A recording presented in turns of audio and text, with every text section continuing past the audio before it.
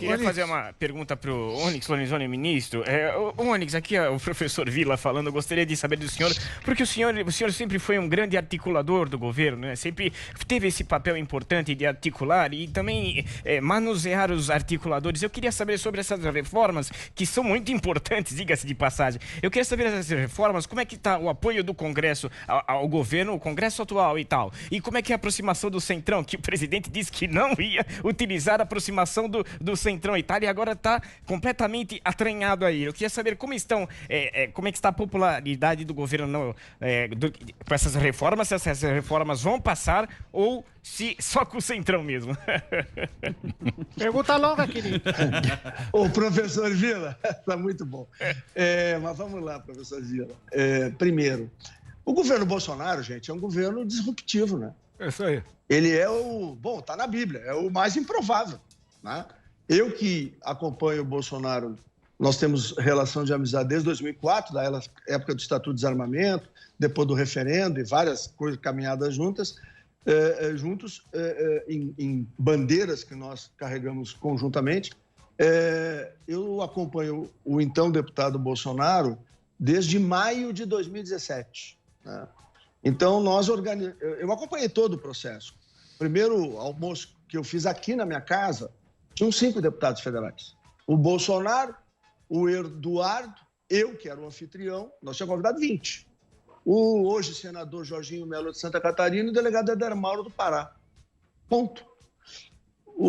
10, 12 meses depois, né, a gente tinha 123 deputados, né, compromissados com o Bolsonaro. Então, nós fomos construindo cada etapa com grande dificuldade. E o enfrentamento foi Davi contra Golias. Qual é a dúvida que existe, né? 7 segundos de televisão, né? Eu me lembro daquele latifúndio que tinha o Alckmin, né? E se alguém quiser solução para qualquer problema do Brasil, era só ligar no horário do Alckmin ou assistir os comerciais. Tinha um projeto para tudo. Tudo era maravilhoso, aquele mundo lá que eles vendiam. Mas nós optamos, aí quando nós fizemos o programa de governo, por um programa que acabou entrando pelo WhatsApp, super simplificado, e na verdade era só o norte, era a bússola para o governo que viria. E se a gente for lá e olhar o programa, né? Ele está lá, ele diz que é constitucional, né, para ser rule of law, dentro da lei, né, e é absolutamente fraterno, né, e eficiente. E são as 3 bússolas, ou seja, os 3 rumos que o governo Bolsonaro tem seguido. Quando nós montamos o governo, eu tive a responsabilidade de ser o ministro da transição, a pedido do presidente. Nós montamos o governo e ali nós iniciamos esse processo disruptivo com aquele presidencialismo de coalizão que vigiu no Brasil por 30 anos, quase 40. Né? Quando saía do primeiro para o segundo turno, já estava tudo loteado. Né? Não foi assim a construção do governo. E nós fomos caminhando, mesmo ano passado, né? Com todas as dificuldades, fizemos a maior reforma da Previdência que um país do mundo ocidental fez de uma única vez. Nós reestruturamos toda a estrutura do Estado, nós digitalizamos a administração pública, tem coisas pouco faladas no Brasil. Nós, com o PPI, buscamos R$500 bilhão de investimento interno e externo do capital privado na área pública e nós recuperamos confiança interna e confiança externa. O Brasil iniciou o ano voando, né? Se não fosse esse presente grego aí que os chineses deram para nós e para o mundo todo, nós estávamos aí caminhando para 2,5% de crescimento. E eu não tenho nenhuma dúvida, eu vou afirmar que nós vamos ter um ótimo Natal para o varejo, para o serviço. Se tu pega todos os indicadores, e ninguém também fala nisso, claro, a gente tem essa parte da extrema imprensa aí que é muito complicado. Mas muito bem, faltou gás no Brasil, faltou combustível, faltou eletricidade, teve saque em supermercado, tirando questões pontuais. Não. Todos os portos brasileiros nos últimos meses estão com marcas de atividade exportadora superior ao ano passado.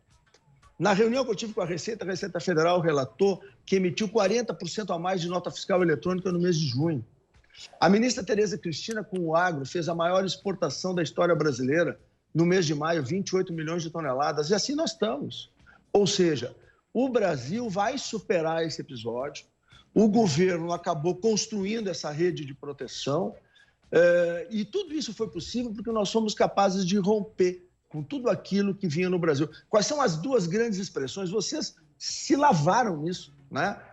E tinham que fazer exatamente isso naquelas oportunidades. Foi o Mensalão e o Petrolão, foram os dois grandes resultados do presidencialismo de coalizão no Brasil.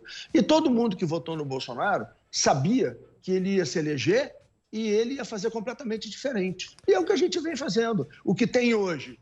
Tem hoje o amadurecimento da relação do Executivo com os demais poderes, o próprio Congresso Nacional começa a olhar para o governo com outro olhar, ou seja, com o olhar de que daqui para frente tem que ter uma conduta que se difere muito da conduta do passado, teve que haver o amadurecimento. Nós tivemos, em média, Câmara e Senado com 50% a mais de gente nova. O cara no Congresso, gente, leva 2 meses para saber onde é que o cara faz xixi. Sim. É complicado.